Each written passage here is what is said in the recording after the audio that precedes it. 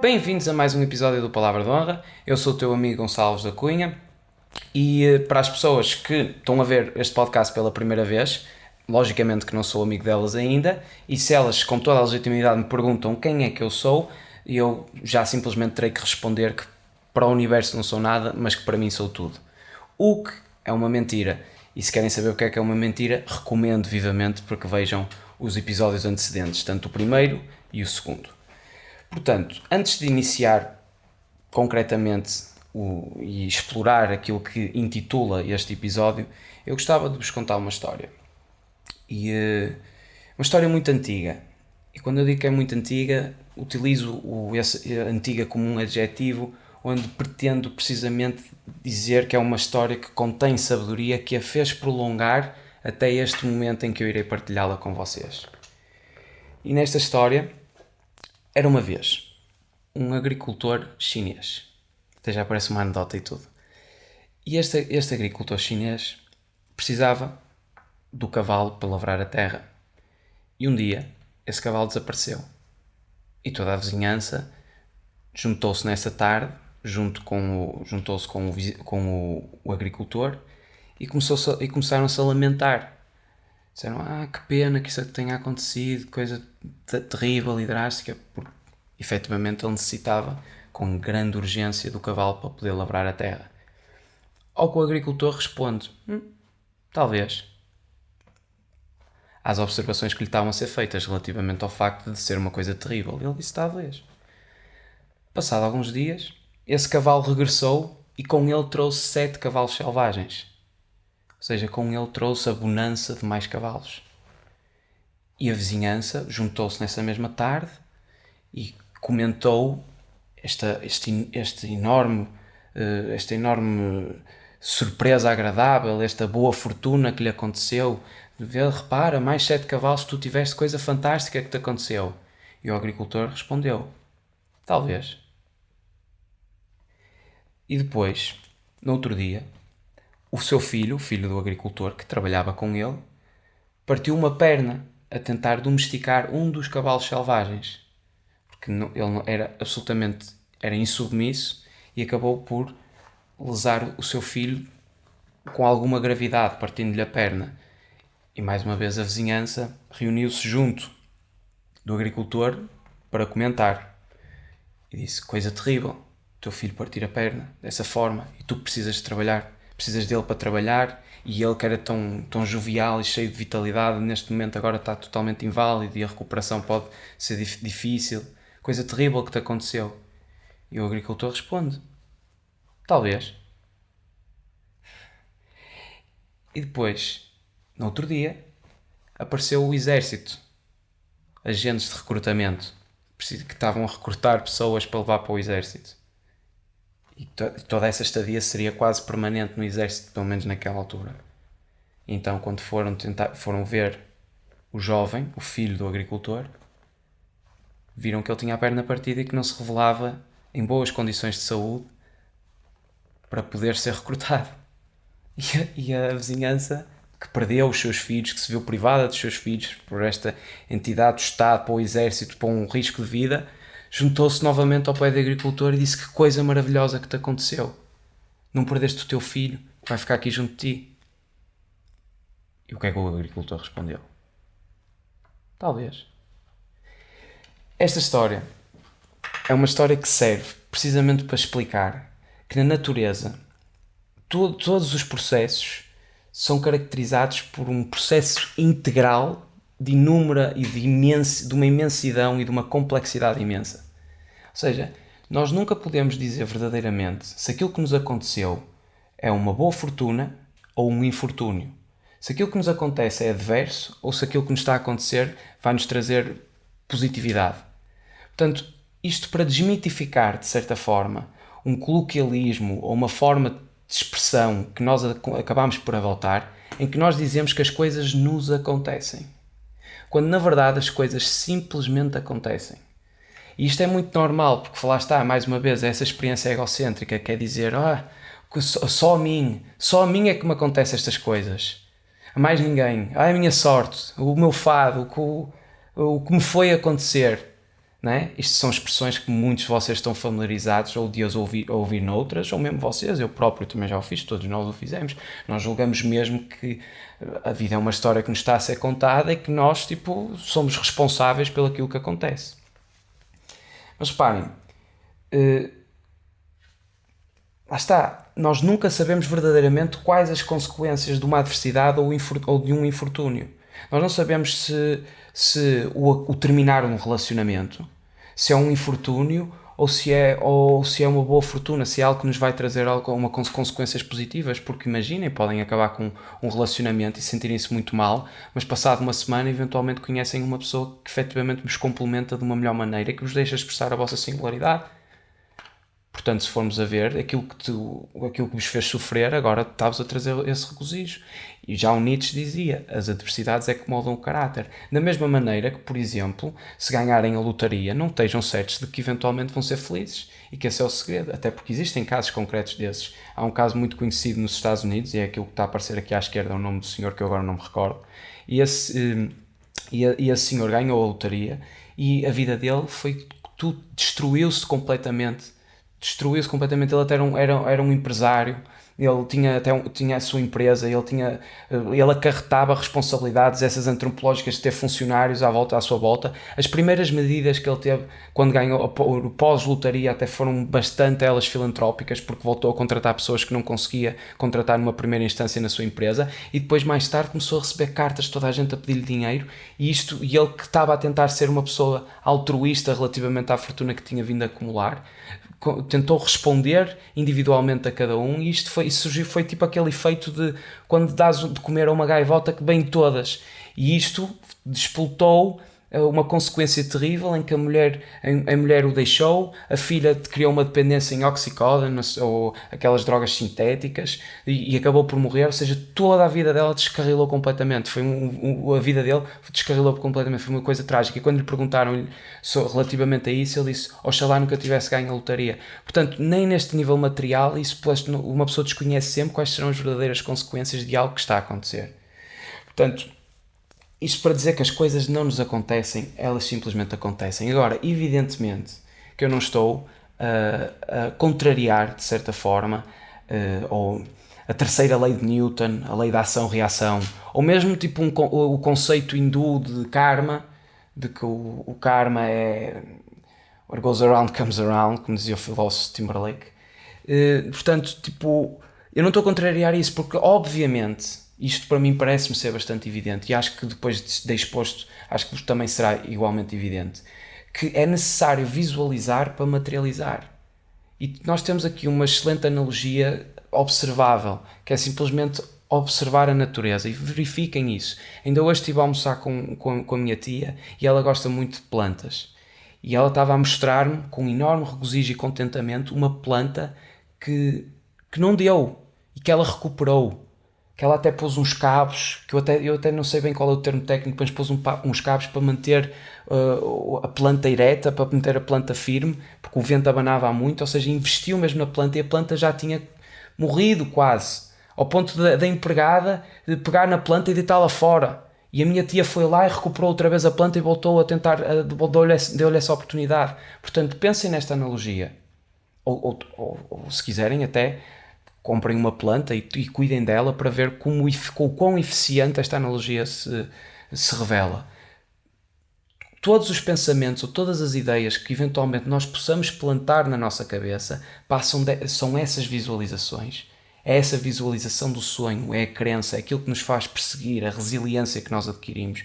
E precisamos de cuidar dessa planta, precisamos de a regar, precisamos tirar as ervas daninhas que eventualmente apareçam, que as querem corromper, precisamos ter cuidado com os ventos, precisamos sistematicamente ter esse cuidado e esse zelo com a planta. Portanto, se a própria natureza se manifesta assim, também os nossos imaginários, até pela própria simbiose e a harmonia que nós já vimos nos episódios anteriores, que temos com a natureza, também nós temos que refletir desta maneira. E aqui é que está a perseverança da nossa visualização. E temos mesmo que exteriorizar, temos que assinar um contrato, se quiserem, pensem nestes materialismos quase protocolares. Exteriorizem, eu vou conseguir isto, eu vou fazer isto, Eu vou conquistar aquilo a que me proponho. Eu vou ser o melhor. Digam, eu vou ser o melhor. Não há problema rigorosamente nenhum. É isso que vos vai motivar verdadeiramente. Claro que vocês vão falhar e vão cair a um pântano. Vão cair a um pântano seguramente. Mas lembrem-se que até as flores mais bonitas crescem dos pântanos. Lembrem-se, por exemplo, da flor de lótus, que só cresce em pântanos. E por isso é que a flor de lótus foi a melhor flor, ou pelo menos lótus, a palavra, o conceito, que melhor caracterizou o Buda, o Siddhartha, porque foi do pântano que ele floresceu.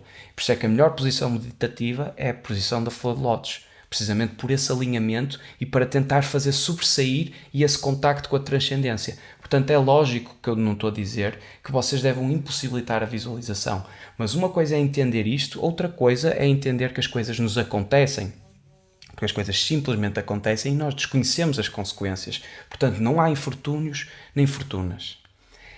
E isto é compreensível que eventualmente se faça esta confusão relativamente a estes assuntos. Porque aquilo que caracteriza as mais recentes gerações é este entendimento de que efetivamente a vida é uma espécie de uma jornada. Não é? Vocês provavelmente até acham isto. E eu também achava. Mas vamos ver se efetivamente pode ser uma jornada ou se não é outra coisa qualquer. Porque aquilo que nos caracteriza, não só a nós, mas a tantas gerações antecedentes como aquelas que estão a vir a seguir a nós, verificamos que nós temos esta ideia, pelo menos esta ideia abstrata, de que tudo é uma montanha e nós estamos numa constante peregrinação até ao cume dessa montanha. E aquilo que infelizmente até fatidicamente nos caracteriza é precisamente o facto de queremos chegar à montanha e ignorar por completo a jornada e até perder a paciência. Isto na própria analogia da jornada que nós utilizamos até sai furado porque nós nem cumprimos devidamente. Mas mesmo que é isto que nós achamos, não é? Efetivamente temos esta peregrinação ou esta jornada e que temos que subir. Mas eu acho que isto é errado. Eu acho que isto é errado no sentido em que a vida não é uma jornada.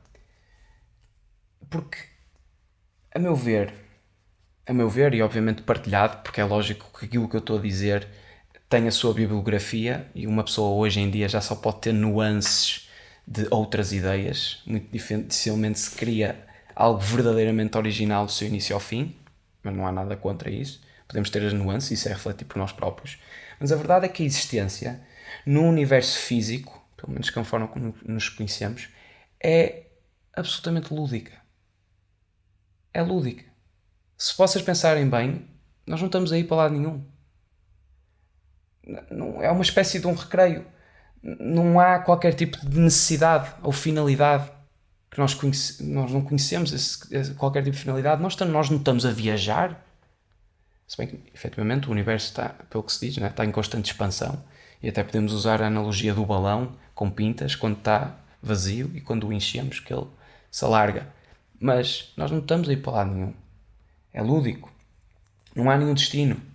Mas lá está. Vamos recorrer novamente à analogia para compreender isto. E vamos usar a música como a analogia para compreender devidamente. Porque a música, como forma artística, é a expressão artística mais abstrata que nós temos. E não podemos negar que é essencialmente lúdica e recreativa. E todos nós, aliás, era o próprio Nietzsche, já que eu citei uma vez, cito duas, que ele dizia que uma vida sem música não era vida. E esta frase tem uma enorme profundidade em diferentes camadas. Podemos analisar esta frase em diferentes níveis de verdade e em níveis de profundidade. Porque uma vida sem música não seria vida. Porque, ultimamente, e na derradeira análise, a vida é uma música. Mas vamos, por exemplo, pegar no piano. Nós, em português, no nosso dialecto, nós dizemos nós tocamos o piano. Nós não dizemos nós trabalhamos o piano. Em inglês até faz mais sentido esta ideia lúdica e recreativa porque nós dizemos play the piano.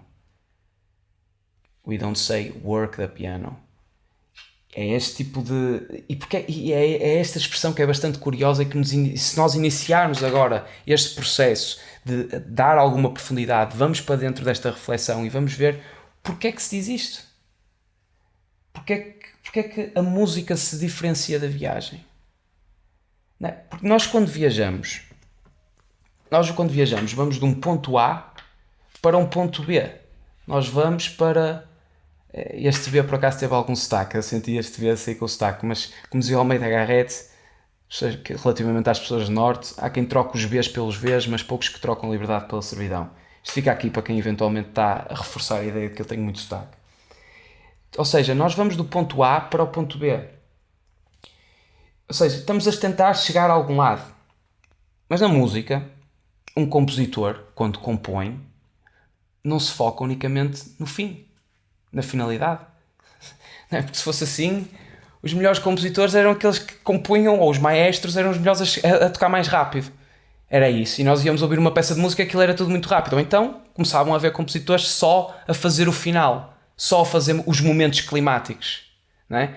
E tipo, só o momento climático, não havia nada para trás. E fechou. E isto é que seria um bom compositor, se eventualmente a música fosse como uma viagem, se a música fosse como uma jornada. Mas, lá está.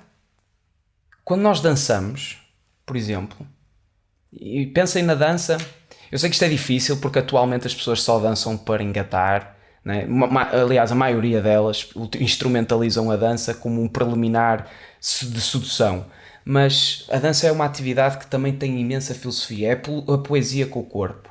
Mas pensem na dança, pensem numa dança em plural, vamos supor, uma pluralidade dançante, uma valsa.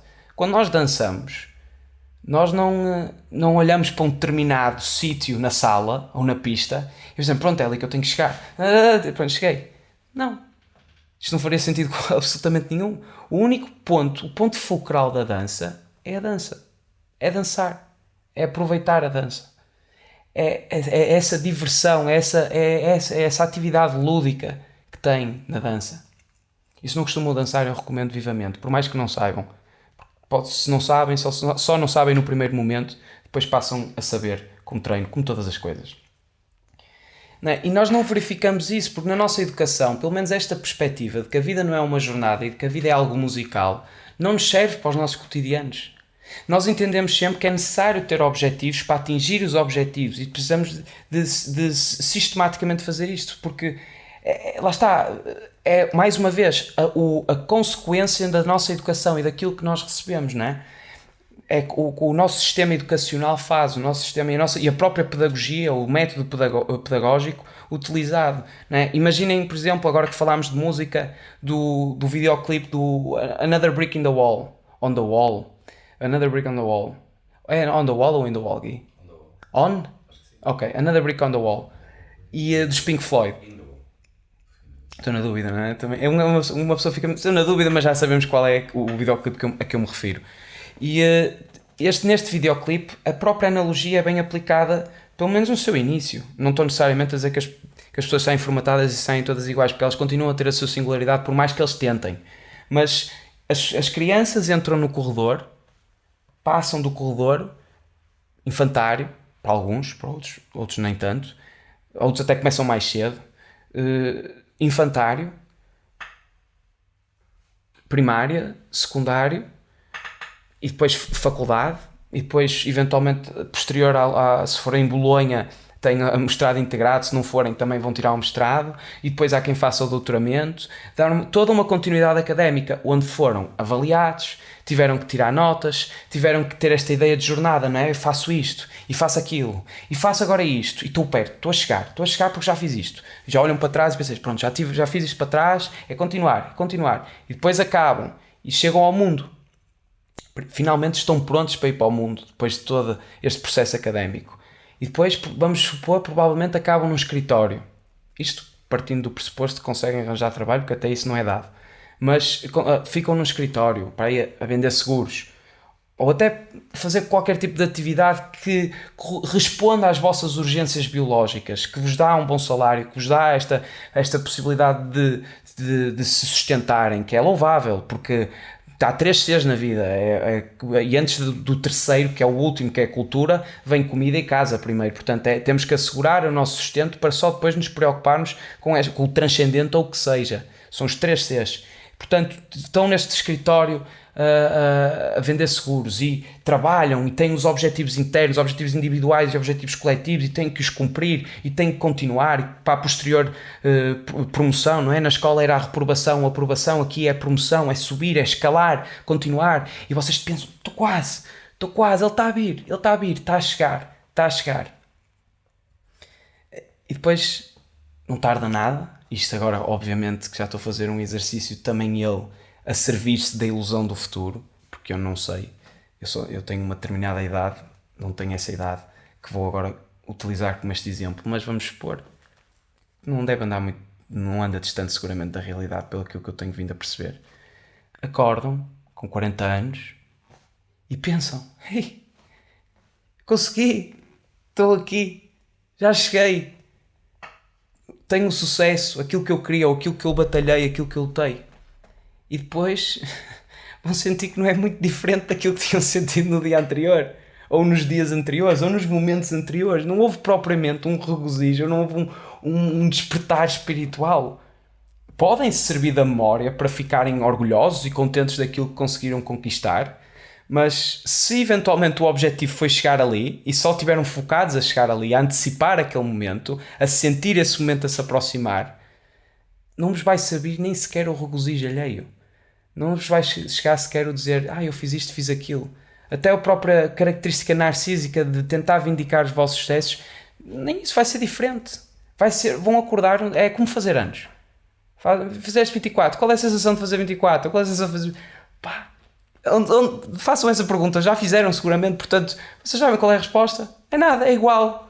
É igual até 23, é igual até 22. Depois, olhando para trás, podemos contar as histórias todas que nós quisermos e utilizar a memória para determinar quais foram as diferenças, porque é lógico, ou podemos olhar quando tínhamos 18 anos, que estupidez que eu fui fazer, porque é que fiz aquilo, porque é que engravidei aquela.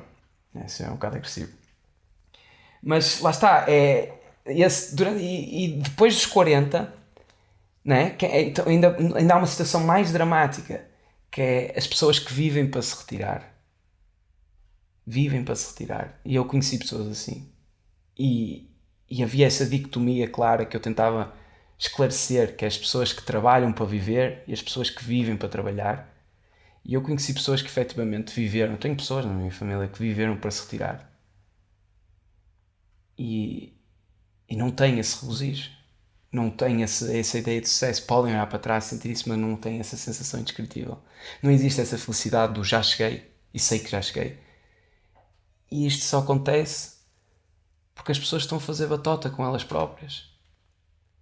Porque as pessoas serviram-se da analogia da jornada e não se serviram da analogia da música. Esqueceram-se de dançar ou de cantar enquanto a música estava a tocar.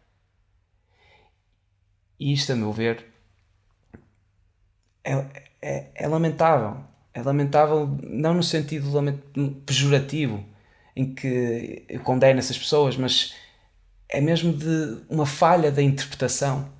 Porque viram a felicidade, não é? Tiveram esta ideia falaciosa de que a felicidade se revela no objetivo, quando a felicidade só se revela na atividade. Eu, para ser feliz, posso ser feliz agora, porque é o único momento que existe. Não é um objetivo no momento futuro que não existe que me vai trazer essa felicidade. E isto é uma mentira que nos está a ser perpetuada. E perpetuada com propósito e com intencionalidade para manter a sociedade sã, uma sociedade quase como formigas, não é? Nós esbarramos numa pessoa e pedimos desculpa e com licença e vamos à sua vida, não é? Porque somos formigas e temos que ir. Quando nós devemos estar a fazer conexões, não interessa chegar ao topo da montanha, interessa o dançar dentro da montanha. Dançar na montanha. É isto que interessa. E as coisas simplesmente acontecem. Elas não vos vão acontecer a vocês, elas acontecem, as consequências irão determinar isso. As coisas vão acontecer, há essa ação-reação, eu não nego, há essa visualização para posterior materialização. Mas não se esqueçam de dançar. Vejam que é possível alinharem a vossa felicidade e a felicidade estar em concordância com aquilo que estão a fazer a cada momento. Sejam felizes em tudo o que fazem, porque é aí que reside, é aí que ela se revela. Não é no objetivo. Estejam no presente, que é o único momento honesto. Agora, é lógico que eu não sabia isto. E ainda hoje, né, ainda estou a tentar solidificar estas ideias, ainda me tento encontrar, e lá está, mais uma vez, eu ainda conheço esta periodicidade relativamente à questão de quem sou e não necessariamente o que faço aqui, mas quem sou eu, que é a questão que nos debruçámos nos episódios anteriores. Mas muito menos sabia quando entrei na faculdade. Que era este verdadeiro ponto de que a vida é algo musical, onde supostamente eu tenho que cantar ou dançar. Se bem que quando estava em Vila do Conde, o nome de praxe que me foi dado até foi dancer. Portanto, curiosamente, até cumpri minimamente, mas totalmente involuntário. Mas também eu julguei que o objetivo era chegar ao cume. Também eu cheguei um pouco como o Zaratustra no Nietzsche, mais uma vez. Estou a citar Nietzsche pela terceira vez. Ou pelo menos usar a obra dele pela terceira vez, não é? Que o Zaratustra estava no topo da montanha e desce para falar de todas as epifanias que teve relativamente ao facto de Deus estar morto. A ideia do Ubermensch depois também se desenvolve na obra de Nietzsche, do super-homem. Mas lá está, também achei que algo me era devido, unicamente pela minha singularidade. Algo me era devido. E qualquer contacto que eu tinha com as pessoas, essa pessoa tinha responsabilidade de perceber que alguém me deve alguma coisa. Não sei se estou a entender a profundidade do raciocínio, mas a verdade é que isto foi uma superstição na minha vida durante muito tempo. Foi uma ideia de que eu era diferente e as pessoas eram todas iguais. Ou mais iguais e eu era menos igual. Mas não interessa, porque a conceptualização vai dar quase ao mesmo. Então, e é isso que nós vamos falar aqui neste episódio, que é relativamente a este adjetivo ou esta característica que me acompanhou. Foi-me acompanhando. Foi-me acompanhando e que foi submetida a exercícios analíticos, tanto pessoais como de grupo, e foi-me caracterizado isto. E eu tive que pensar mesmo se efetivamente a arrogância, se eu era primeiramente arrogante e depois era, ou se eu era e só depois, secundariamente, era arrogante. Esta foi a reflexão. A arrogância do intelecto. Precisamente por responsabilizar os meus fracassos ou as minhas incapacidades nos outros. Por causa de uma alegada diferença que não estava a ser reconhecida. E no episódio anterior eu partilhei os traumas que eu tive com a escola e eu julguei mesmo que havia aqui um desvio dos meus caminhos, um caminho desviante, por causa dessa mediocridade servil. Ou seja, eu estou a ser desviado dos meus verdadeiros propósitos, da minha intencionalidade pensante, por causa desta mediocridade de perpetuar estes métodos falíveis, estes métodos quantitativos, estes métodos que são métodos coletivistas relativamente às coisas, esta ideia de que é jornada, não é esta coisa fantástica musical que temos que utilizar como a verdadeira analogia. Então eu julguei mesmo que a escola não é para mim. Eu tenho que evitar a escola se eu quiser evitar este homicídio filosófico, não é? O Camus dizia que as pessoas se suicidam filosoficamente, pois a escola tentou um homicídio filosófico à minha pessoa, que se revelava e que se manifestava pela absurdez, pelos comportamentos, porque eu não estou aqui a dizer que eu era uma vítima, obviamente que não era. A minha irreverência e a minha insubordinação é que foram as causalidades das minhas duas suspensões e até da ponderação da expulsão da escola. Se bem que as minhas notas não conheciam propriamente esses desfechos trágicos que acabavam por ter no comportamento, mas lá está, houve uma causalidade e isto foram consequências, mas não tiveram isolados no acontecimento. Eu fiz para que acontecesse também, logicamente, mas precisamente por sentir que era a minha obrigação parodiar toda aquela espécie daquele sistema antagónico, aquele que supostamente a escola deveria libertar. Quer dizer, eu chegava a fazer coisas que era dissimular ou simular que estou a copiar unicamente para o professor sentir-se impelido para ir buscar a cábula e depois eu continuo naquele teatro. Não, professora, por favor, não faça isso. Não, eu não volto a copiar. E ela abre o copianço e só diz lá, apanhei-te. eu não me orgulho disto, mas era este o tipo de investimentos, porque pensem bem, tipo, aquilo que o que se está a fazer é a paródia do comportamento entre o aluno e o professor, que é o aluno se eventualmente está a tirar o regozijo da experiência da aprendizagem, ele quererá ser testado, ele quererá ver se consolidou os conhecimentos que conseguiram efetivamente modificar a intelectualização dos conceitos selecionados. Portanto, ele não tem necessidade de copiar, porque o copiar é uma falsidade. E nem o professor tem a necessidade de verificar e ter este caráter coercivo de reprimir as pessoas, os alunos que eventualmente possam estar a copiar. E este, aparentemente, era o único foco na execução de um teste.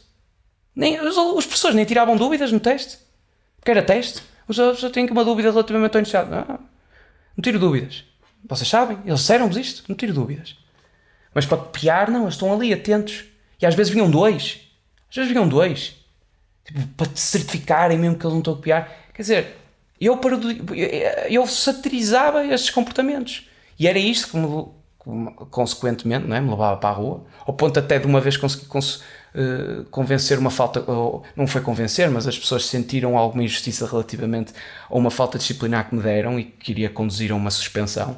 E conduziu na mesma, foi inevitável. Mas a turma veio toda comigo. Foi uma falta coletiva. Foi um momento bonito. Um momento que até deveria ter sido apreciado pelos professores, mas não foi. Ou seja, o sacrifício coletivo não correspondeu àquilo que nós pretendíamos, que era, se todos formos embora, ninguém tem falta. Portanto, o Gonçalo não é suspenso, mas o que acabou por acontecer é que mais 5 colegas foram suspensos e eu também. Fui uma semana e eles foram 2, 3 dias, que a turma estava a ficar problemática. Ou seja, a ideia de que eu tinha que evitar a escola para manter esta integridade esteve lá. E eu tive essa conversa com a minha mãe e com o meu pai, em que lhes disse que não queria dar continuidade, não queria ir para a universidade. Mas existem todas estas pressões, não é? Estas forças castradoras do meio, mais uma vez, que me disseram, não, tens que ir. E isto vem em qualquer tipo de rosto. Ou é os vossos avós, ou é tipo os vossos amigos, ou é tipo toda a pressão social de que não tendo curso não tens validade. Isto consegue-se afigurar de qualquer fenómeno. Então tive que ir. E eu escolhi, provavelmente, o curso com o qual eu menos me identificava, a nível de função, mas que tinha uma coisa que eu queria, que era a possibilidade de fugir. A possibilidade de ir embora. Tendo em conta para diagnosticar outras realidades, nem que fosse a minha, fora daquele contexto que eu conhecia. Então escolhi turismo e gestão, escolhi gestão e administração turística. E as pessoas diziam-me todas, isso é um curso que tem muita saída, vais ter trabalho seguramente, há muito turismo agora em Portugal, não vais ter problemas com isso. E eu, sim, foi precisamente por causa disso que eu escolhi esse curso, foi mesmo para ter trabalho, que é isso que eu quero. E então fui para, aliás, outra vez, a segunda parte, a sequela da primeira piada, não é? Lembram-se no antigo episódio de eu ter dito que as minhas piores notas foram filosofia e português? Pois bem, eu queria entrar em gestão e administração hoteleira em Vila do Conde, na ISEG, na altura, a Escola Superior de Estudos de Gestão Industriais. Acho que disse bem o acrónimo, se bem que agora já não é ISEG, mudou o nome. Mas esta era a minha primeira intenção, só que não consegui entrar, porque a única prova de admissão que eu tinha era português. E a minha pior nota era português, então eu não conseguia entrar, nem sequer conseguia entrar na faculdade que eu queria, no primeiro ano. Então, tipo, eu pensei, o que é que vou fazer agora? Tipo, eu não quero ir para a faculdade. Eu pensei, isto é um sinal, deixem-me ficar aqui. Tipo, eu vou trabalhar, faço qualquer coisa e leio os meus livros e vejo as minhas coisas à vontade. Mas não consegui entrar, então com aquela pressão toda surgiu um plano B, uma ideia secundária, porque a minha prima estava num curso muito semelhante, só que era turismo, já não é gestão hoteleira. Então... fui para turismo e aí já consegui entrar com Max, porque eu era de humanidades, então entrei com matemática aplicada e consegui entrei em turismo. Eu logo nos primeiros dias vi, eu não vou conseguir motivar para nada disto, não vou, nem que tente, nem que me esforce para conseguir motivar.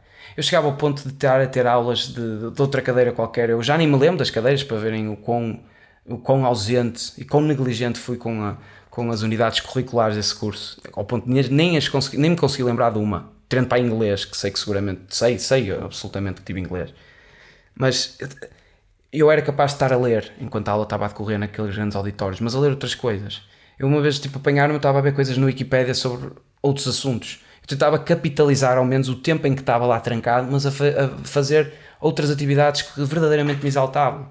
e achava que estava tipo no meu direito. Eu estou, teoricamente ou conceptualmente, estou a fazer o que é suposto ser feito numa escola. Estou a estudar. Mas não estou a estudar isso.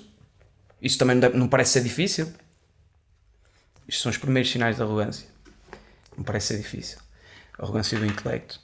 E então fiz lá em Aveiro, no meu primeiro ano, fiz muitas amizades, consegui ter cumplicidade com muita gente. Gente que ainda hoje perdura no meu círculo, pessoas que pontualmente, agora claro muito esporadicamente, porque era turismo, portanto como podem calcular, cada um se dispersou para diferentes pontos, não tão necessariamente a nível nacional, foram para fora. Portanto, mas pontualmente vou-me encontrando e combinamos coisas, portanto consegui ter essa cumplicidade, consegui integrar, mas algo que ficou devidamente esclarecido e que era comum a todas as amizades que eu criei, era que dentro da minha caracterização é que eu era arrogante. Era arrogante. Isto foi... Podia-se bem com a minha arrogância, porque eu até era um gajo fixe. Ou seja, basicamente era isto. Mas eu era arrogante. E isto foi um assunto que eu tento... Porque lá está, o convívio constante com este adjetivo ou com esta caracterização. E eu falava com as pessoas na tentativa de desconstruir a arrogância. Às vezes eles diziam, és convencido?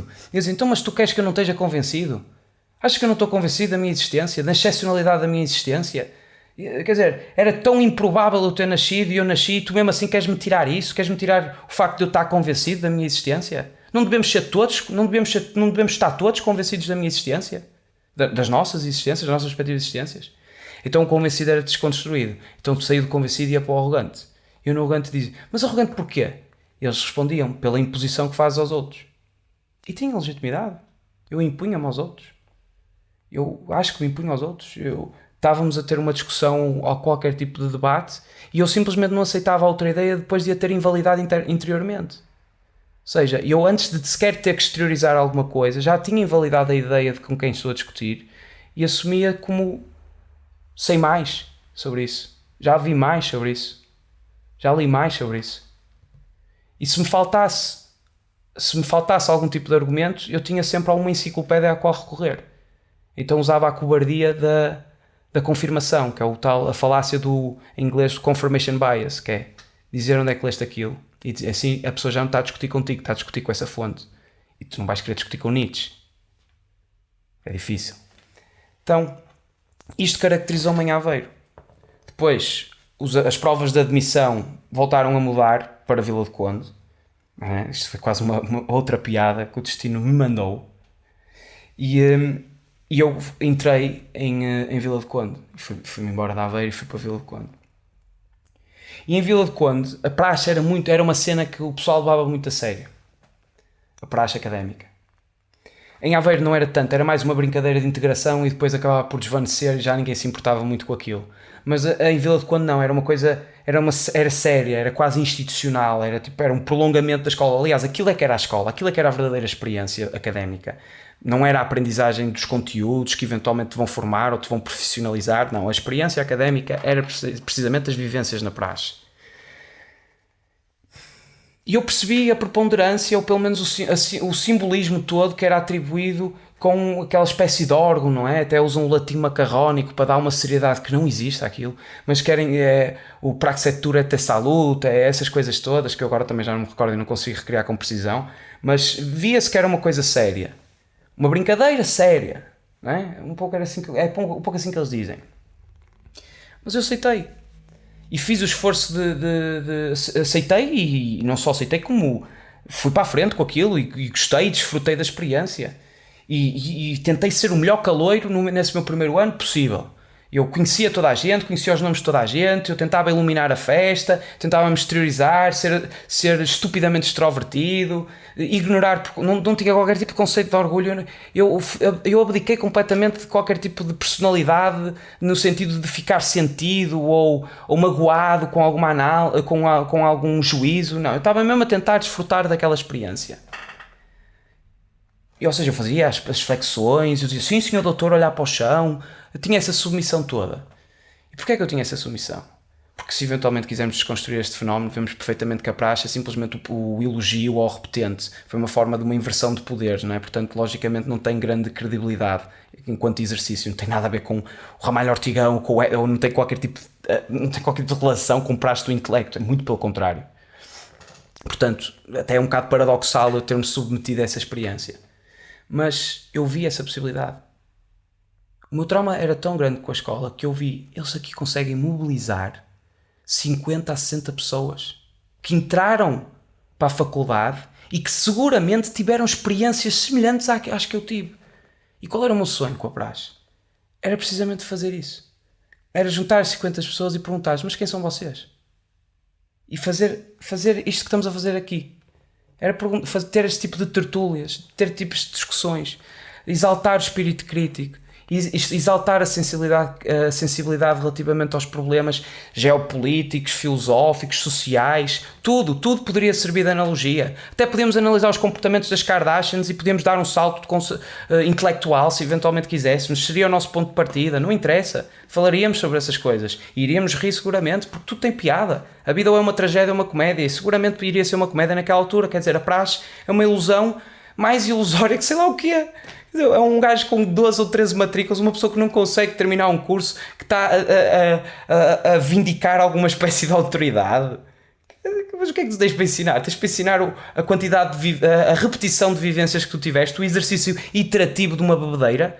Embebedaste tantas vezes que tu queres contar, individualizar as histórias em que te embebedaste. É isso que tens a transmitir às outras pessoas?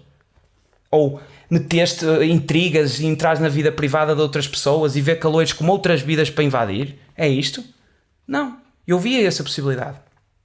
Então entrei lá e estava-me a esforçar. Mas mais uma vez, toda a gente me achou arrogante. Até as próprias pessoas com quem eu tive as maiores complicidades disseram defeitos. Não é? Nessa ideia de dualidade, qualidades e defeitos, que não existe, não é? São tudo características que oscilam consoante contexto, mas disseram: tu és arrogante. É suportável essa arrogância, mas és arrogante. E depois, não é? Foi uma questão de tempo até eu ser expulso da praxe e fui considerado uma persona não grata e até tive problemas com o dux da minha escola. E não só fui considerado uma persona não grata na minha escola, como foi feita no meu terceiro ano, não é? No meu terceiro ano, que era o meu último ano, foi uma iniciativa pela Associação de Estudantes, onde eu era representante, eu até fazia parte da Associação de Estudantes. Houve feita uma iniciativa que era uma espécie de uma gala, porque aquilo era uma escola muito pequena, então toda a gente sabia quem era toda a gente lá em Vila do Conde. Fizeram uma gala em que estavam a atribuir prémios e ofereceram nada mais, nada menos que esta enorme maravilha que eu guardei até hoje, que não sei se eventualmente se consegue ver. Olha, fazem um esforço aqui de focar e dá uma cena se está a dar positivamente. Está a dar, pronto. Como podem verificar, o que diz é o mauzão. Ou seja, eu além de arrogante, até fui unanimemente, ou pela esmagadora maioria, não é? que eles fizeram mesmo, não é? Isto é tipo Oscars, havia nomeados e a votos. Ou seja, a escola votou aparentemente com uma esmagadora maioria de que eu era o mauzão. Eu é que era o mau. Eu é que era o arrogante. Eu que tinha esta ideia que me exaltava é que era arrogante e que era mau. E fui persona non grata. Que é, ou seja, utilizar este termo latínico. A persona non grata. Eu fui ostracizado. Eu, quase à semelhança de Sócrates, fui acusado de corromper as mentes dos jovens naquela faculdade. Mas pronto, o que interessa é efetivamente que nestas duas experiências académicas, estas duas experiências de convívio social forçado, não é? Porque nós somos forçados a conviver socialmente, algo que parecia ser comum, que era: eu sou arrogante. Isto precipitou-me por uma enorme dúvida relativamente à arrogância do intelecto. Se eu efetivamente era arrogante. E eu tive que refletir seriamente sobre isto. Então aproveitei o curso que tirei e consegui concluir, de gestão hoteleira, e fui viajar. Precisamente com aquele intuito, que era o único que tinha responsabilizado a escolha deste curso. E fui para a Noruega, num primeiro momento. E fui mesmo com a experiência da Noruega, não fui para Oslo, nem fui para Bergen ou para outra cidade minimamente cosmopolita. Eu fui para uma cidade que era chamada de Ringbu, que é no caralho. Literalmente. É tipo... não há nada lá. O que havia a única coisa que havia era um resort de ski, uma estância de ski, e foi lá onde eu estava a trabalhar. Foi lá onde eu trabalhava. E fui para lá precisamente com o intuito de fazer uma espécie de um retiro espiritual, sair de tudo aquilo que me conhecia e do que eu conhecia, precisamente para tentar falar comigo próprio primeiramente. Óbvio que conheci pessoas, mas todo o meu método e toda a minha disciplina, porque eu só me fiz acompanhar de livros, levei leituras comigo até muito relacionadas com este assunto, e livros muito verdadeiramente marcantes, e todo o método e toda a disciplina que eu tive naquele sítio, além do trabalho que tinha que cumprir, era precisamente ter este diálogo interior comigo próprio, que é, serei eu arrogante? Serei eu excessivamente egocêntrico? Estarei eu a impor-me às outras pessoas quando reflito a minha opinião, ou quando reflito sobre o que é discutido, ou quando dou a minha opinião? E será que é pelo conteúdo ou pela forma? O que me faz ser arrogante? Partindo do pressuposto que foi esta a principal adjetivação que me tinha sido atribuída nos convívios mais grupais que eu tive na minha vida, que foi a faculdade. Ou seja, e com mais autonomia, porque no secundário volto a casa, não é? Na faculdade, pelo menos em Aveiro e Vila, quando estava lá fora, não é? Estava tanto nos respectivos sítios, portanto ainda tinha mais autonomia. Ou seja, serei eu arrogante?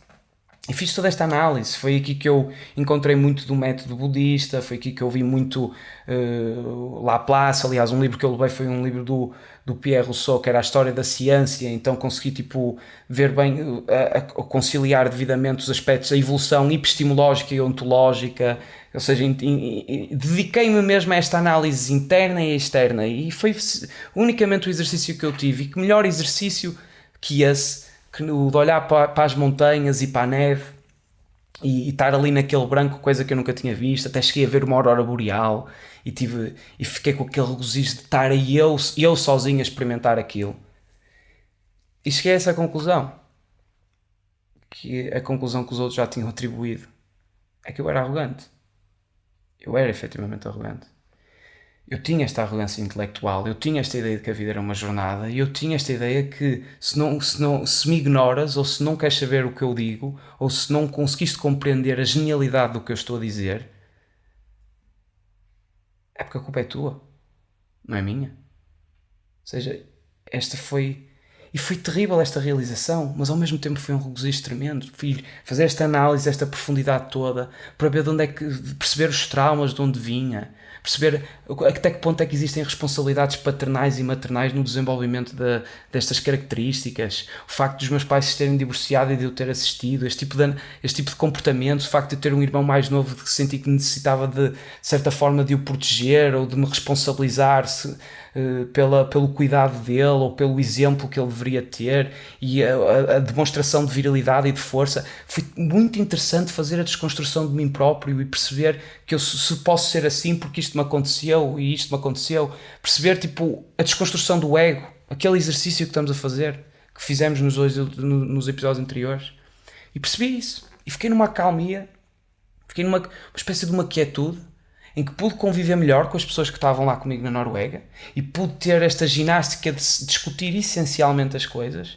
Não me apresentei mais como o Gonçalo que acredita nisto ou que não acredita, já me apresentei como um ser que está disposto a ouvir as outras pessoas, a perceber as outras pessoas e a partilhar as ideias consoante o que as pessoas dizem, antes até de me revelar uma antítese comportamental, que isto foi com outro tipo de filosofia em cima deste edifício lógico. Então simplesmente ouvia as outras pessoas, interagia com elas e percebia de onde é que vêm as coisas, de onde é que eles acreditam nisto. E eu dizia, se não acredito necessariamente no que tu acreditas, eu te explico também de onde é que vem a minha crença, onde é que vem a fundamentação daquilo que eu tenho para dizer. Então fiquei numa quietude. Quando regressei a Portugal, até foi na altura da queima das fitas, parecia um parvo, parecia literalmente parvo, quase com um sorriso na cara, a ver as pessoas na queima e a ficar meia hora a falar com elas individualmente. Então, está tudo bem, mas mesmo com a vontade de querer perceber se está tudo bem. E as pessoas também sentiam alguma pressão, uma coação inicialmente, ou seja, tornavam aqueles ambientes circunstanciais muito embaraçosos, mas depois, passado aquelas perguntas protocolares, as pessoas já desabafavam mesmo, já na queima das fitas, não é? Tipo, que é um ambiente todo ele eufórico e as pessoas estavam ali a dizer que estavam com receios relativamente ao futuro ou aquilo que os aguardava. E eu conseguia interagir assim com as pessoas, com a quietude que estava. Mas tinha chegado a essa conclusão. É que eu era arrogante. E não era isso que iria eliminar essa conclusão, ou seja, não iria conseguir repor, não iria conseguir anular o meu crime de ser arrogante ou de ter sido arrogante durante aqueles anos todos. E como eu entendia a arrogância como um crime, essa prepotência ou o pretenciosismo que caracterizava, então eu precisava de um castigo. Então esperei um pouco, que não foi muito. E as pessoas perguntavam, então, mas vais arranjar emprego aqui, vais ficar aqui em Portugal? Eu, não, eu quero ir outra vez para fora. E eu fui para a Inglaterra. E fiz-me acompanhar quase exclusivamente de Dostoiévski. E um dos livros que eu levei foi O Crime e Castigo. Precisamente por esta ideia de que eu, ao ir para a Inglaterra, vou com o principal intuito de me castigar. E além de me castigar, tenho que regozijar do castigo. Porque o outro livro que eu levei comigo foi O Mito de Sísifo. E o Sísifo, que isto é um livro do Camus, também é a segunda vez que eu estou a citar aqui, o Sísifo foi um herói grego que foi condenado à eternidade por causa da sua excessiva inteligência e a capacidade até de trapacear a morte. Ele foi condenado para toda a eternidade a levar uma pedra até ao topo de uma montanha, tudo para que a pedra, quando chegasse ao topo da montanha, caísse. Estão a perceber a preponderância da análise da jornada e da montanha que nós falámos. Ou seja, não há nada pior do que o trabalho que não é recompensado. Um trabalho inútil. E o que é que Camus dizia? É que nós temos que levar a pedra com um sorriso na cara. Então eu acompanhei-me deste livro e do Crime e Castigo.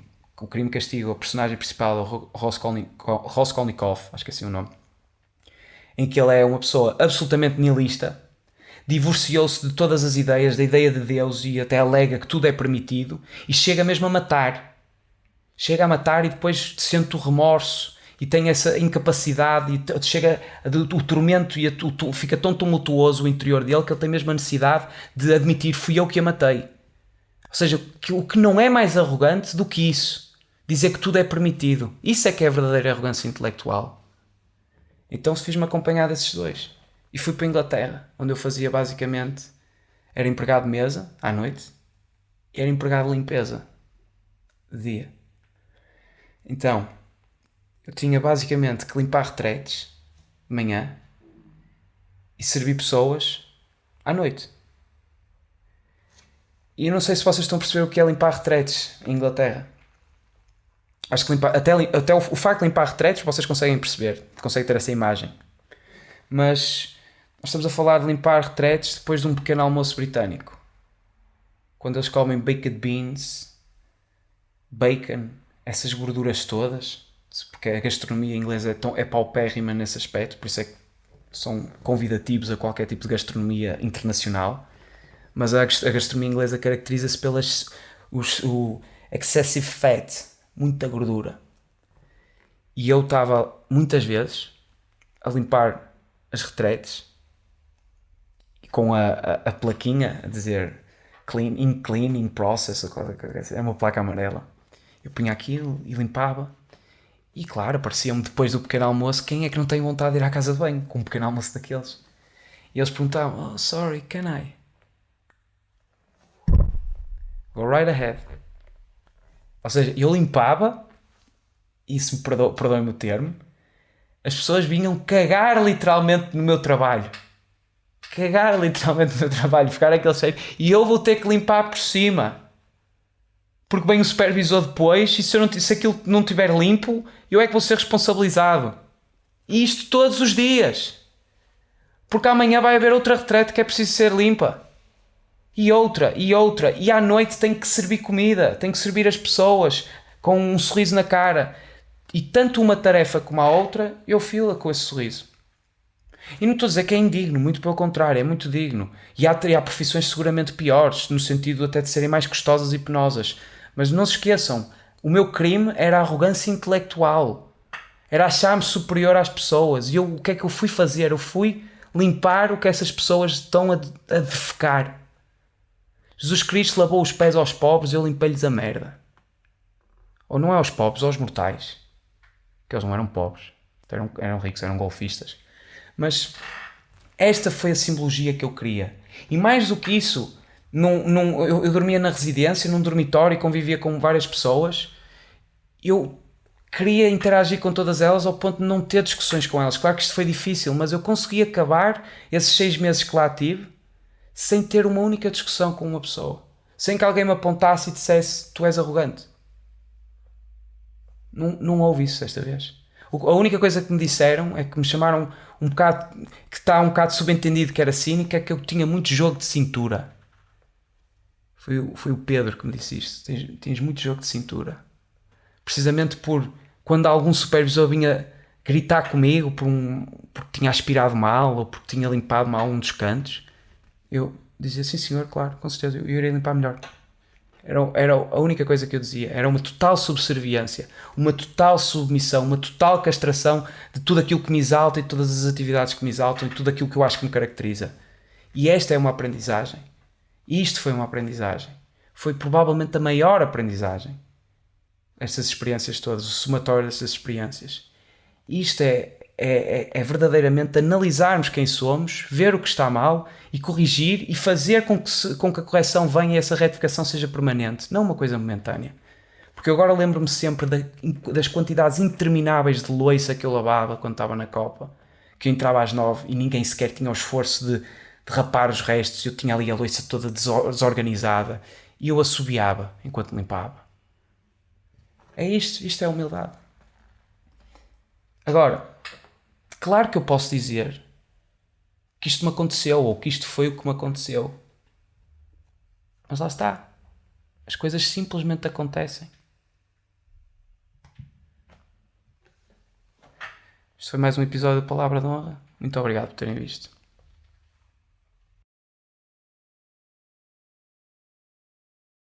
Será que Deus está morto? Será que sabes que não é só a tua aparência? Também te irritas com quem tenta sequestrar a tua essência? Vamos evitar o naufrágio neste oceano de ego. A minha voz precisa urgentemente do teu eco. Ajuda-me com a coragem da tua irreverência e vamos reinventar o amor, a política e a ciência. Junta-te a este movimento contracultural. Serve-te do teu livre-arbítrio e subscreve este canal. Dedicar-te-ei todo o meu talento. 1 é loucura, 2 é movimento.